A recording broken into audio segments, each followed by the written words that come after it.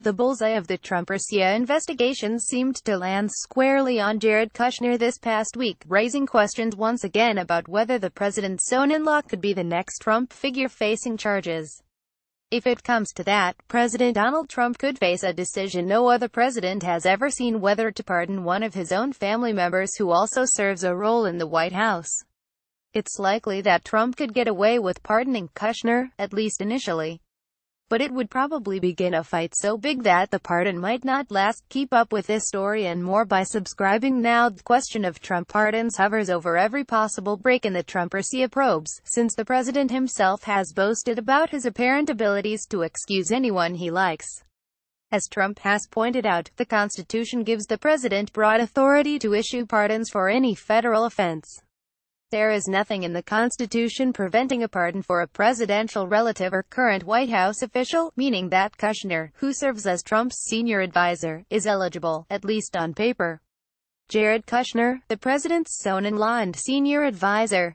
Photo by Andrew Harpool. Getty Images. But since no other president has ever done this, there would be inevitable pushback to prevent Trump from setting a precedent. Trump's lone pardon in office so far, for Joe Arpaio, a former sheriff who supported Trump's campaign and was set to serve a prison sentence over discriminatory policing tactics, drew immediate challenges from legal groups accusing Trump of abusing his power. If Trump pulled the same thing for a family member, it would likely yield the same outcome. The Arpaio pardon already set off early alarm bells that Trump might be planning to do the same for any associates charged in the investigation into his campaign's alleged collusion with Russia. Kushner has been a recurring figure in the TrumpRussia investigations, as media reports have revealed repeated instances of him having contacts with Russians that he initially kept secret. That happened once again last week when the New York Times revealed Kushner knew about an email from a senior Russian officials trying to set up a secret meeting between Trump and Russian President Vladimir Putin during the 2016 campaign.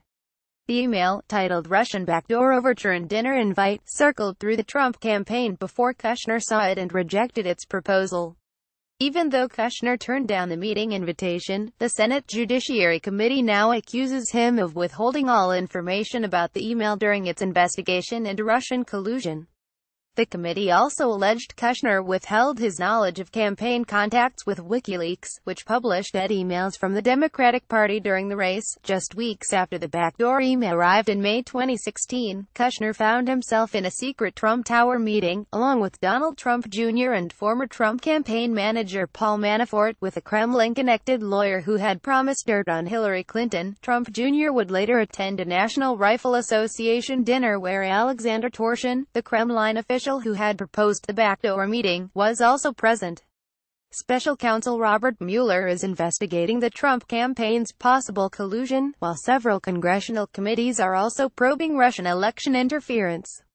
During the probes, Kushner has repeatedly doubled back on initial claims that he had no Russian contacts, and it has been revealed that his security clearance forms left out information about such interactions.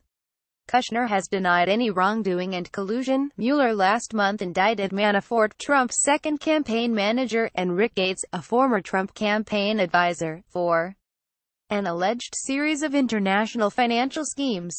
Trump has not suggested that he plans to pardon either man.